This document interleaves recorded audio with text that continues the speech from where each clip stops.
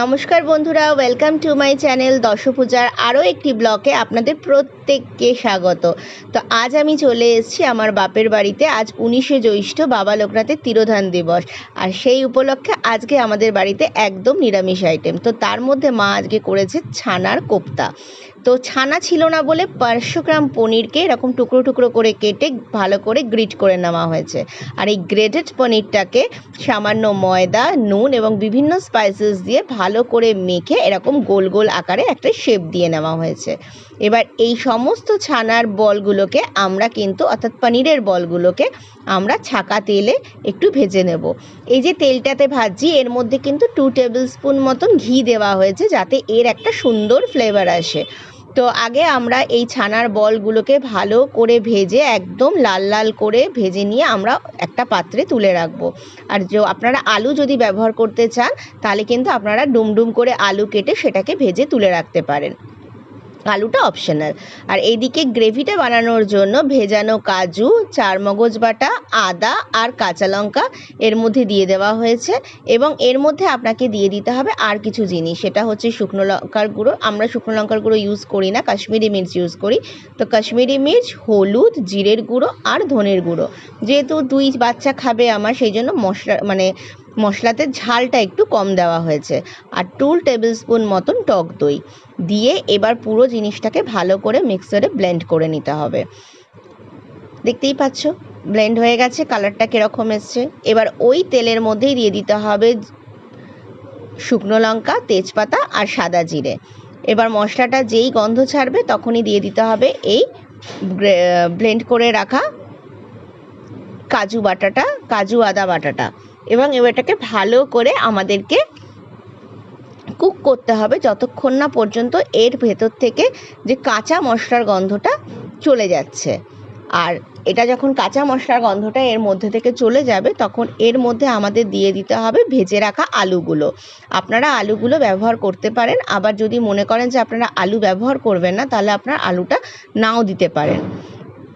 তো এইবার আমরা এই আলুগুলোকে এর মধ্যে ছেড়ে দিলাম এবং এটাকে আমরা রান্না করব কিছুক্ষণ ঢাকা দিয়ে, যতক্ষণ না এটার ভেতর থেকে তেল ছাড়ছে ততক্ষণ পর্যন্ত। আসলে আজকে অনেক সকাল সকাল আমি বাড়ির থেকে বেরিয়েছি। আমরা বেরিয়েছিলাম 7:30টায়। তো আমরা বাপের বাড়ি আমি পৌঁছে গেছি এই 9টা 10-15-র মধ্যে আমি বাপের বাড়ি পৌঁছে গেছি। তো বারাসাত থেকে বেলেঘাটা অনেকটাই টাইম লাগে, যদিও আমরা বাসে এসেছি। তো আমি এবং আমার 2 ছেলে এসেছি যে কটা দিন একটুখানি থেকে যাই। আমরা আবার বুধবারে চলে যাব, কারণ 10 তারিখ থেকে স্কুল খুলে যাচ্ছে। ওরা সবাই স্কুলে শুরু হয়ে গেলে আর আসা যাবে না। তো দেখো এবার মশলাটার থেকে তেল ছেড়ে গেছে, দেখেই বুঝতে পারছো। এর মধ্যে কিছু গোটা কাঁচা লঙ্কাও দিয়ে দিয়েছে মা। আজকে রান্নাটা কিন্তু মা করছে, আর এই রান্নাঘরটা কিন্তু আমার বাপের বাড়ির, এটা কিন্তু আমার নয়। তাই তোমরা দেখেই বুঝতে পারবে রান্নাঘরটা একদম সম্পূর্ণ আলাদা। মা আজকে রান্না করছে আর আমি ভিডিওটা করছি।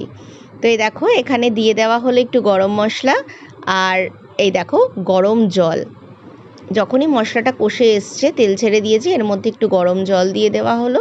গরম জলটা কিন্তু আমিও রান্নায় ভীষণ ব্যবহার করি, যে কোনো রান্নায় গরম জল ব্যবহার করি। এতে রান্নার যে স্বাদটা থাকে সেটা একদম এক্স্যাক্ট পারফেক্টলি থাকে। আর এই দেখো এবার এই ছানার বলগুলোকে, পনিরের বলগুলোকে আমি এর মধ্যে দিয়ে দিলাম। দিয়ে এবার আমি গ্যাসটাকে বন্ধ করে দেবো।